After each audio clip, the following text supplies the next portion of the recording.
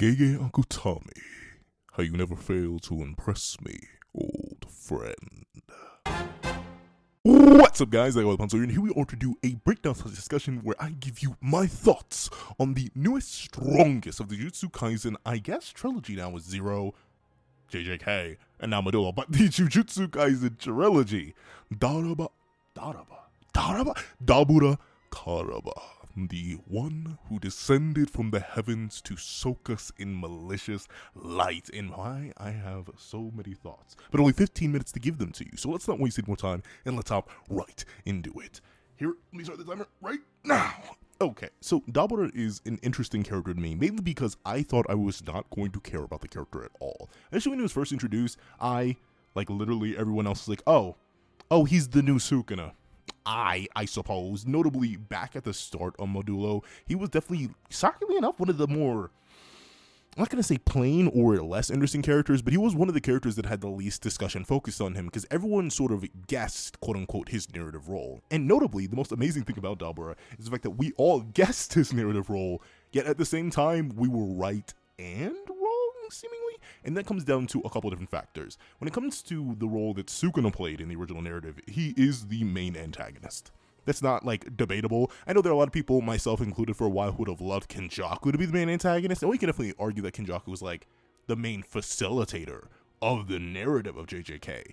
Thematically, screen time-wise, integration-wise, character dynamic-wise, Sukuna is the main villain of JJK. And when you look at Dabura, just on a design perspective, he's Sukuna. He's just Sukuna, except, more humanoid with less eyes, which is crazy to think about considering one of these is literally an alien while the other is, not an alien. But with that being the case, it sort of put this false expectation in our minds, right? With Sukuna being a very well-beloved antagonist, even if he is very controversial, a lot of people just assumed Dabura would be the 2.0 of that.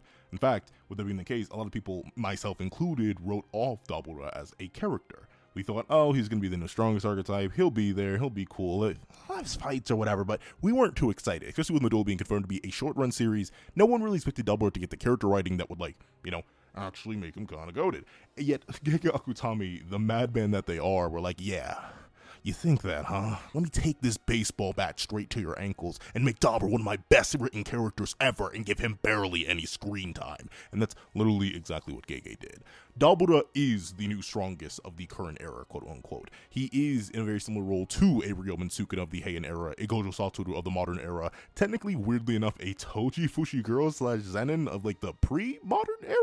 Before Gojo's awakening, and then of course he technically does fill in the same role as a Kashimo Hajime of his own era. The whether or not Kashimo Hajime counts as the strongest is a weird thing. Same thing with Toji, but I just throw all four of those characters together. And you even throw Ryu up in there if you're glazing, and I love to glaze Ryu, so I'm throwing him in there. So we have 5 of the strongest archetype. And notably, the thing that I like the most about Dabura is that he stands similar to the rest of the strongest archetype, being extremely powerful, being extremely diverse, and in great control of his abilities, and standing so far above everybody else that he embodies a sort of loneliness. Yet fundamentally, GEGE Akutami did the one thing I never expected, and that was prove Sukuna wrong again, yet at the same time prove Sukuna right again. And that is why I think I've come to love Dabura so much just as a character, why I appreciate GEGE's work with him a whole lot more than I ever really expected to.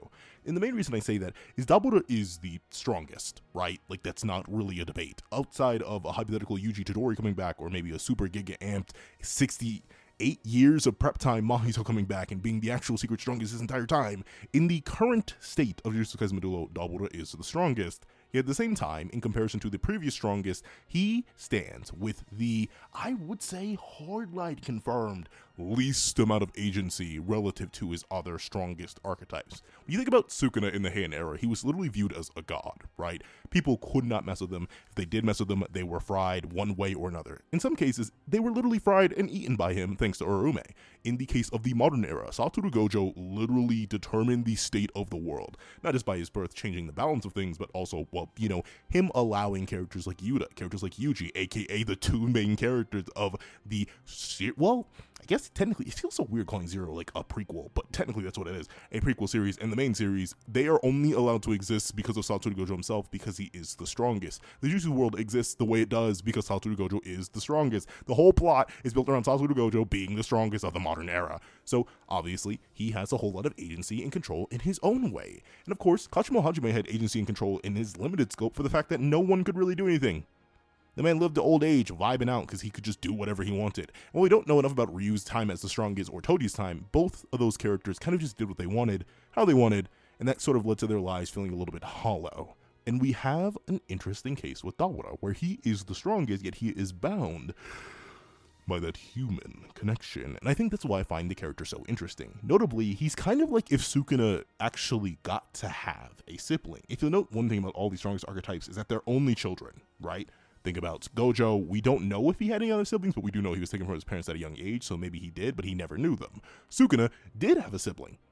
He then ate said sibling before they were even born, so he didn't really have a sibling. Kashimo Hajime, while not necessarily given much lineage or parentage or backstory at all, is never implied to have a sibling. Same thing with Ryu Ishigori, same thing with Toji. Actually, no. Toji does have a sibling. So he kind of breaks this. But he breaks a lot of things. So we aren't going to talk about Toji. But essentially, Dabura is a strongest type with an actual sibling that he deeply cares for in his sister. So, thusly, we get to see what happens when someone with all the power in the world is restrained by the fact that there is someone who doesn't have it. And this is where it goes into the idea of Dabura proving Sukuna wrong. In the sense of, you can still have connections while being the strongest. You can still experience a love that is not born of violence, as Dabura clearly experiences that. And he's willing to put everything on the line for that. And not only is the idea of him having a sibling, which now with the Toji thrown in there, maybe I need to remove Toji from the archetype just to further prove my argument.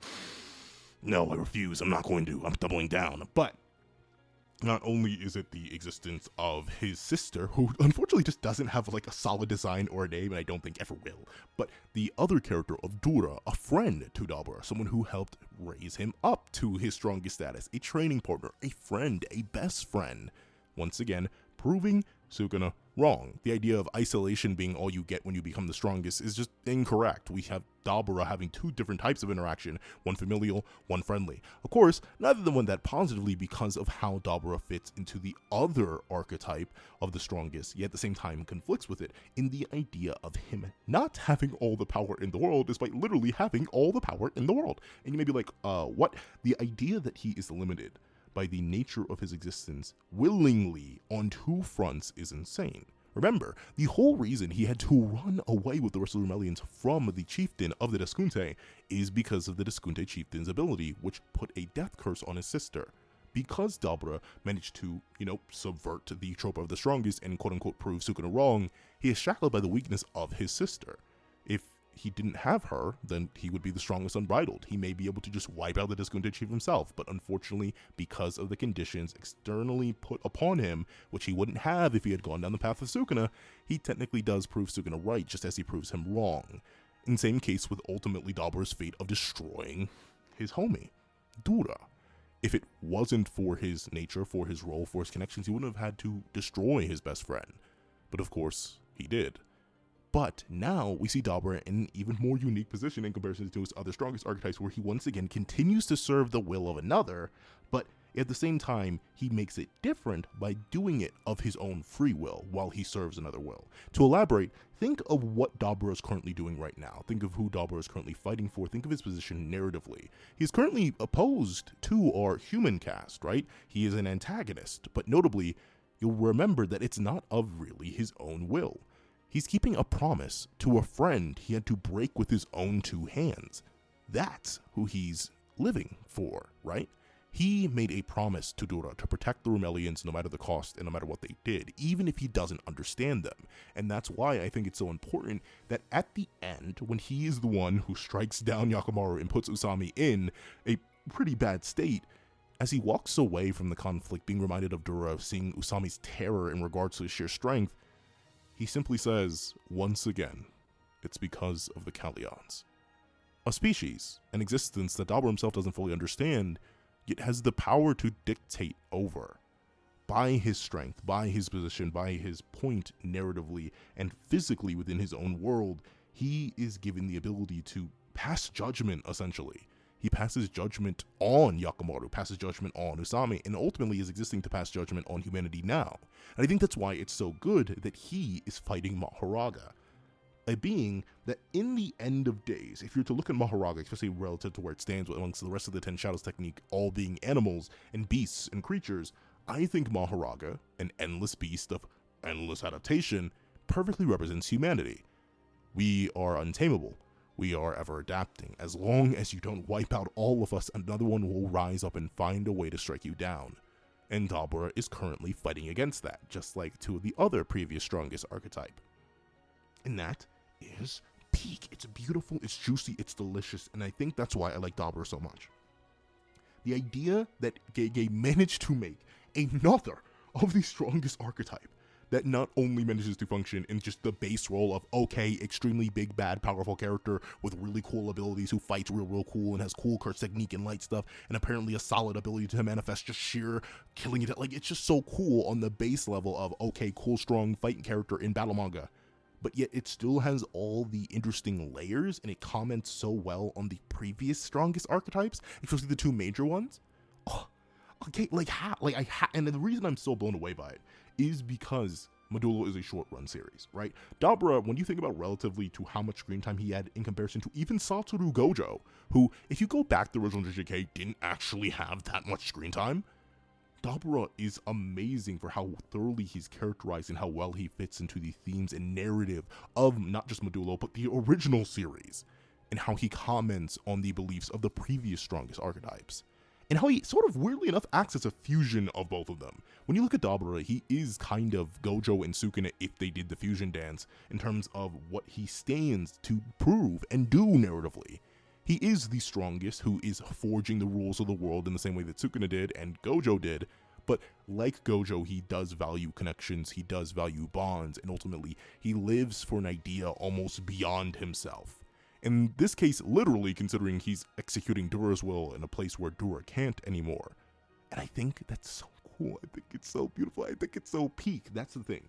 And the thing I'm most excited for about Dabura, whether or not he beats Mahoraga, I personally think he probably will, but still, whether or not he does, is that he has fit into this role at the perfect time when there's also somebody else who can reflect off of him, whether they show up to fight him, fight against him, or fight with him at all. Dabura is the perfect complement to Yuji Itadori, the main character of the previous series. And of course, Yuta Okkotsu is gone, so Dabura can't act as a complement to him, at least in terms of a direct character dynamic, but notably, Dabura, despite not being the main character of Modulo, also perfectly parallels the new strongest, quote-unquote, Yuta Okkotsu from JJK 0 and Yuji Itadori at the end of Jujutsu Kaisen, and very specifically now in Modulo, where you can definitely argue characters like Yuta could still be stronger than Yuji by the end of JJK, the main series. By Modulo, Yuji is the strongest that humanity has to offer. And very specifically, his struggles with isolation and how he feels about that strength, and very specifically the loss of connection that he faced. It's so good because Dabura is feeling the same thing, except in Dabura's case, he's the one who put Dura in the ground for the sake of another connection.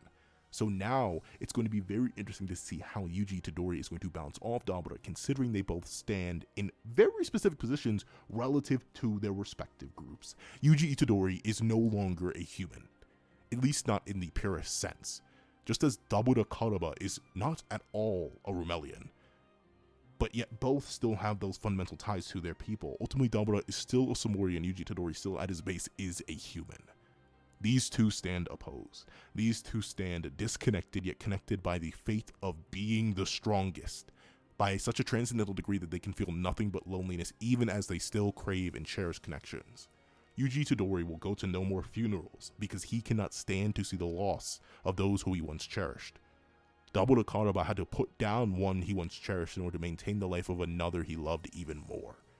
So to see these two, the strongest Somorian and the strongest that humanity has to offer, somehow interact, even if it isn't conflict. I think that's the most important thing, the thing that has me so excited, the thing that I love the most. It doesn't even have to be conflict, because Dabura has already been established so well as a character who despises conflict, very similar in a way that Yuji Itadori did. That when they finally meet, when they finally have some sort of point of interaction, where we can finally see the opinion that they would have on the other, considering where they stand relative to the rest of their own species. As specifically two characters who detest the nature of what they are capable of doing and what they have to do for the world around. Oh, it's so good. And these characters haven't met. These characters haven't met, but they've been so well set up. Dabura is the perfect extrapolation on the ideas of original JJK, and he's kind of like what Yuji could have been if he went down a different path. I'm gonna make a whole video talking separately about Modulo Yuji, despite the character not like properly appearing, at least so far at the time of recording, but still, all that being the case, Dabura has me so excited, solely for the fact that I believe we still haven't gotten to see all he is. I'm convinced there's still more in his writing bag, whether it comes to character dynamics, character interactions, or just sheer depth. And ultimately, that excites me. It excites me in a way that I never thought I would be excited for a character who I looked at and typecasted based on his design. And the fact that he has fit so well into that design and not necessarily contradicted any of it, even in the slightest, yet still is able to surprise, impress, and astound me in so many different ways, is beautiful. And note, I went so far talking about this design and how I typecasted him, but I didn't even talk about how great of a design it is. He literally has one of my favorite designs in all of JJK's trilogy so far. And he has a relatively simple design. He doesn't even have a shirt, but his tattoo designs to his massive horns resembling a crown, even to the third eye of his looking so disconnected from his two regular eyes in a similar case to all the other submarines, yet it's so much bigger. Even the fact that his eyes have like the little slits on the side that he can't fully maintain. And I think about a time. Yes, indeed, I'm out of time. So, there we go. But if you had always seen this video, I hope you guys enjoyed. Please leave light of gratitude instead of light of instead of malicious light. Leave light of gratitude in the comment section down below. I want to thank you so much for watching. Please remember to leave a like, share, comment, and subscribe. Make sure that little case so you don't miss out on any videos that come to the channel. Also, I do have a Patreon below where you can support me for as low as $1 a month. These exclusive videos, early content, and more.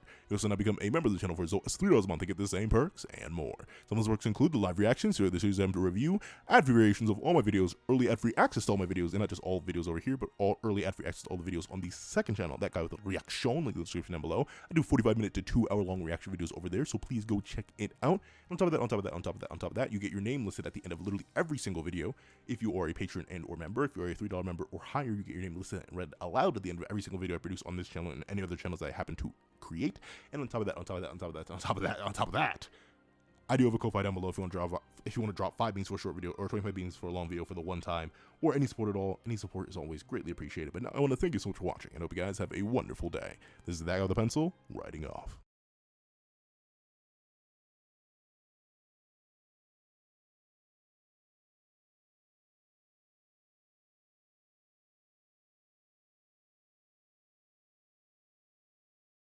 I'd like to give a thank you to our sketch tier members: Eternal Flame, Ritual 4765, Astro, Glacier XZ, Zera, Brendan Payne, J2MA, Guillaume, Bura Ura, Enzo, Swift Strike, Super Flame Zero, Yuki Ally, Strike a Man, Grim, Ollie, The Boy, Corey Watson, Damon Brown, Magic, CCC, Armando Furen, Dino, Heath Nelson, Hector Gonzalez, Tim Thomas, Kaving, Julian Perez, Akolade Babatunde, Union I, RXN, Nevis97, Logan Guzman, Dead Meme, Koru Deer, Christian Carter, Keon Stewart, Donovan McIntosh, Sino King, Hamza Idrisi, BNA DNA, Edwin Ingbignoba, Cyan, Straw, Cybersage 12, Athenzi Sheer, Antavius Mitchell, Plant Crone, Azo2404, Cray Panem, Zapro, Weary Exile, Karina Hernandez, Sheesh King, Window Life, Alex Kenny, Victor Jacobs, Todd, Dre, Axis XZ, The Practical One, Aswin, Hedi Presetia, JMD KD, Devi Pesiet, London Clapwick, CAET, and Funny Dude. Then I'd like to give a thank you to our line art tier patrons: A+A, Kevin Encarnacion, Sean, Dreadzoen, Midnight Lord 21, Alyssa Bujanos, CJ, and Brandon Cathell. Then I'd like to give a thank you to our Ink tier members: King RTX, Shrimpo the 4th Shrimp 06, and Zom. Then I'd like to give a thank you to our digital art tier members: Jay Warrior and AZ Void. And to give a final thank you to our colored art tier patrons: Walking Moon Nose and Walking Moon Nose.